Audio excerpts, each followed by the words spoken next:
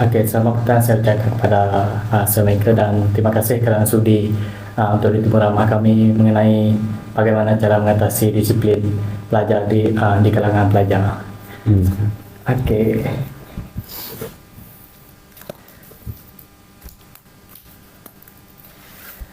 Soalan saya yang pertama ialah apakah tindakan yang perlu diambil oleh pihak sekolah untuk mengatasi disiplin di kalangan pelajar?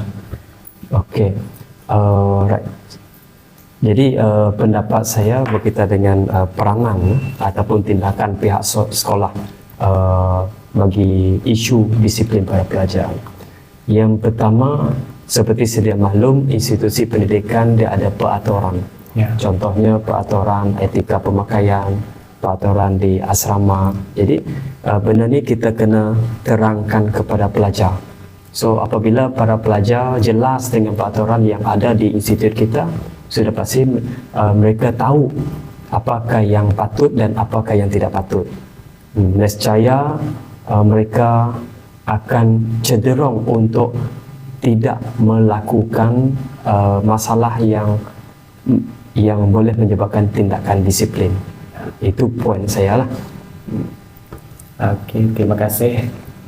Untuk soalan yang seterusnya, Jadi untuk soalan yang seterusnya, apakah peranan ibu bapa untuk kali ini dalam mengatasi masalah disiplin pelajar?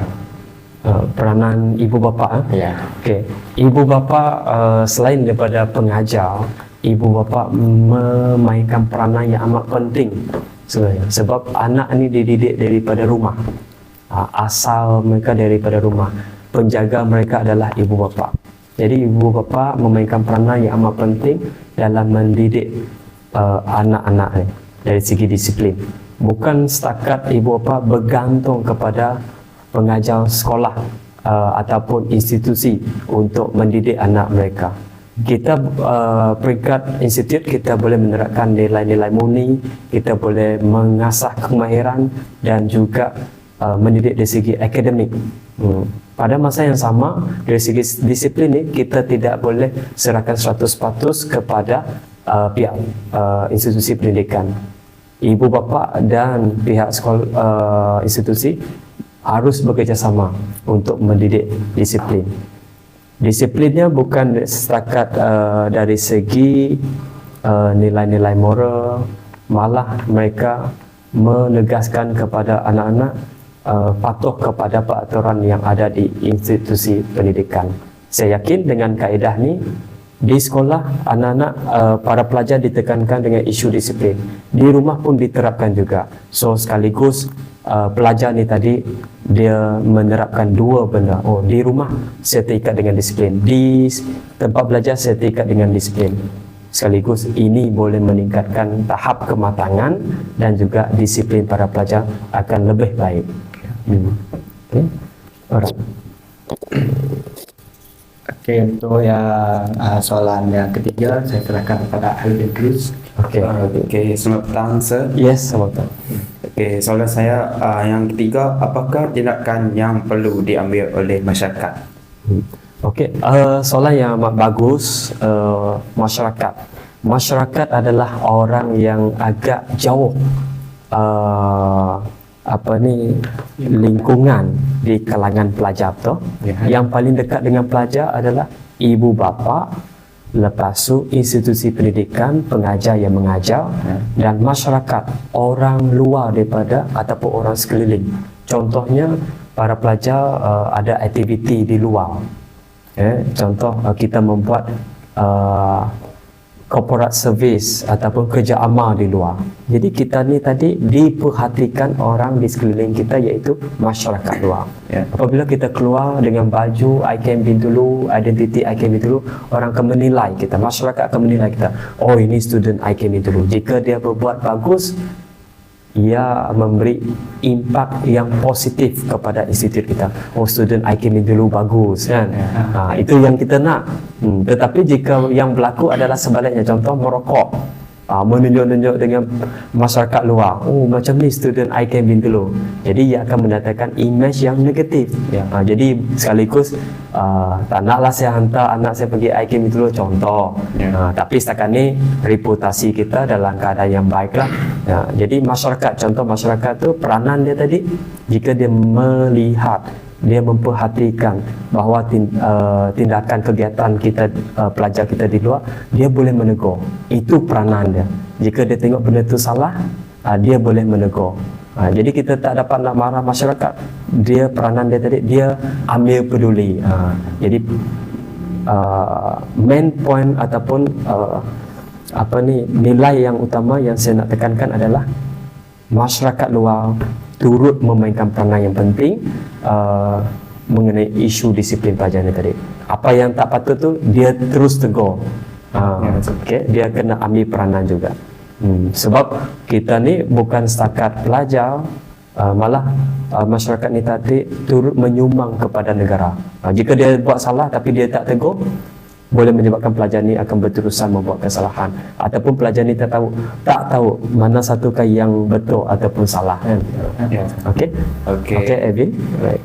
Terima kasih atas penanganan soalan yang ketiga. Saya sanutkan soalan keempat kepada Arifin. Okey, selamat petang, Sir. Ya, selamat petang. Seterusnya soalan saya, apakah cara paling mudah untuk mengatasi disiplin di kalangan pelajar? Cara yang paling mudah untuk mengatasi disiplin di kalangan pelajar. Okey, cara yang paling mudah, sebenarnya tiada cara yang paling mudah. Tiada cara yang paling mudah. Apapun pendapat saya, cara yang boleh secara personally, secara peribadi yang boleh saya cadangkan adalah kita harus kenal diri kita siapa. Siapakah diri saya, kan? Siapakah dia? Macam tak pernah jumpa sebelum ni. Siapakah dia? Macam tak pernah jumpa sebelum ni. Tetapi adakah Evin kenal diri Evin siapa? Student. Ya, Evin siapa? Evin. Kan? Betul? Kita nak tanya diri kita pun kita tak mampu nak describe. Bukan setakat tak mampu, sebenarnya kita dapat describe, cuma kita belum ada nak terangkan diri kita ni siapa. Saya pun tak kenal dia siapa.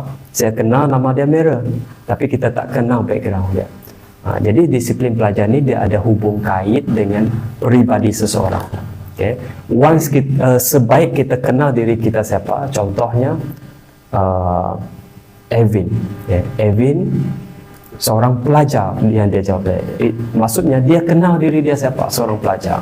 Dan apabila Evin adalah seorang pelajar, cuba Evin berdiri. Memang betul dia seorang pelajar. Apa yang betul? Dari segi etika pemakaian. Yes, dari segi etika pemakaian. Duduk. So, ini adalah disiplin. Kita kena kenal diri kita siapa.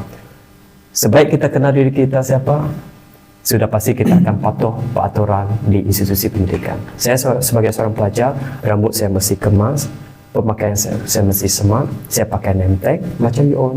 Ada name tag, kain baju, berkasut, rambut kemas. Inilah identiti pelajar. Kenapa dia berpakaian macam ni? Sebab dia seorang pelajar. Sebab dah diterangkan dalam disiplin ataupun etika pemakaian tu. Jadi itulah bagi menjawab soalan tadi, nilai dia adalah berkaitan dengan mengenali diri sendiri. Alright? Okay. Seterusnya saya serahkan kepada Direk.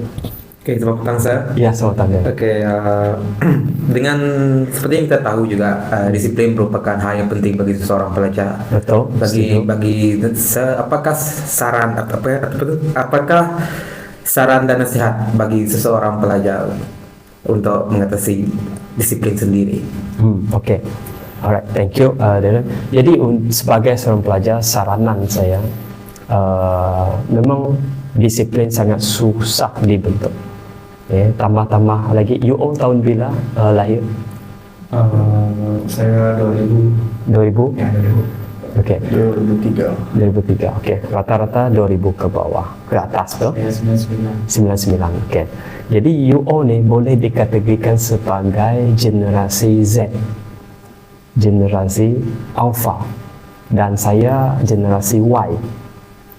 Ibu bapa kita mungkin ada generasi X dan ada yang generasi baby boomers. Kita dilahirkan pada generasi yang berbeza. That's why karakter kita berbeza. Generasi Z ni dia lebih kepada IT. Selalu kita beritahu dalam kelas UO ni tak macam zaman kami orang dulu, betul? Sebab generasi kita berbeza. So bagi menjawab soalan tadi, saranan saya, macam kami sebagai pendidik, kita sering mencari ataupun mengajak pelajar untuk belajar apa yang kami belajar zaman dulu. Padahal ia adalah satu benda yang amat susah. Sebab pelajar generasi Z ni tadi lebih kepada IT. Jika kita lihat, semua main handphone tu, lebih kepada e-sport game. Jadi salah satu cara kami generasi Y ni tadi untuk menarik perhatian mereka adalah iaitu mewujudkan e-sport game. Kan ada kan masa minggu aktiviti. Sebab itu minat generasi Z. Jika kita tak membuat game tu, mungkin dia akan memberontak. Kita bagi tahu tak boleh, tapi dia still buat juga game, bermain e-sport game bagi menyokong win-win situation. Maksudnya win-win situation, apa yang kita buat ke atas generasi Z, pelajar generasi Z ni tadi, iaitu e-sport game. Bagi pada masa yang sama dia ikut game tu tadi, pada masa yang sama dia pun perlu memberi kerjasama kepada pengajar tadi, iaitu generasi Y. So apa yang kita terapkan, dia boleh memberi kerjasama dengan apa yang kita arahkan. Okay. Dan next point bagi saranan tadi kan, saranan kepada disiplin pelajar ni. Okay. Kita pelajar ni di institusi pendidikan kemahiran macam IKB dulu, kita dapat melahirkan pelajar dengan kemahiran. Disiplin, attitude adalah benda yang sangat suka. Jika saya sebagai seorang manager syarikat, saya lebih gemar mengambil pelajar attitude-nya yang baik biarpun dia tak pandai. Sebab attitude yang baik mudah dibentuk berbanding orang yang pandai tetapi attitude dia ikut kepala sendiri. Kan? Jujur saya beritahu lah. Jadi orang sekarang ni attitude merujuk kepada kajian, attitude adalah ranking yang pertama. Kebijaksanaan tu lebih kepada yang seterusnya lah. Attitude ni, sebab attitude ni lah. Contoh, jika bos suruh buat A tapi dia buat B, sebab dia ada kepala sendiri. Dia pandai buat, bukan dia tak nak buat, dia pandai buat. Cumanya dia membuat dengan kaedah yang berbeza. Jadi sikap lah. Nasihat saya, tingkatkan nilai yang saya nak tekankan tadi adalah sikap tu, attitude. Saranan saya. Itu saja, Sir. Jadi yang saya nak rumuskan kat sini, seperti yang saya jawab soalan mirror tadi, soalan yang pertama, soalan berkaitan dengan ibu bapa kan.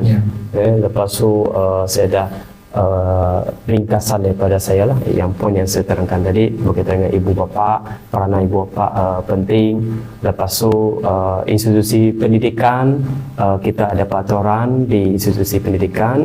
Lepas tu masyarakat turut memainkan peranan yang penting, bekerjasama.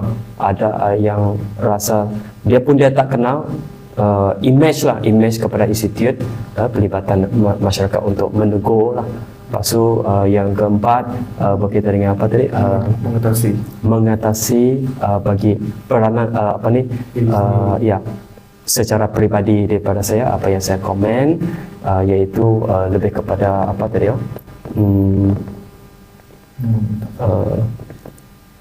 yang berkaitan dengan peribadi, Kenal diri. kenal diri sendiri. Kita kena kenal diri sendiri, dan last sekali adalah sikap. Thank you. Oke, itu saja daripada kami Sir, dan terima kasih karena sudi meluangkan masa untuk kami untuk diskusi. Dengan ini kami mundur diri, mengucapkan terima kasih dan maaf jika ada salah silap. Terima kasih Sir. Alright, welcome, no problem. Saya sudah bersedia untuk berkongsi. Okay.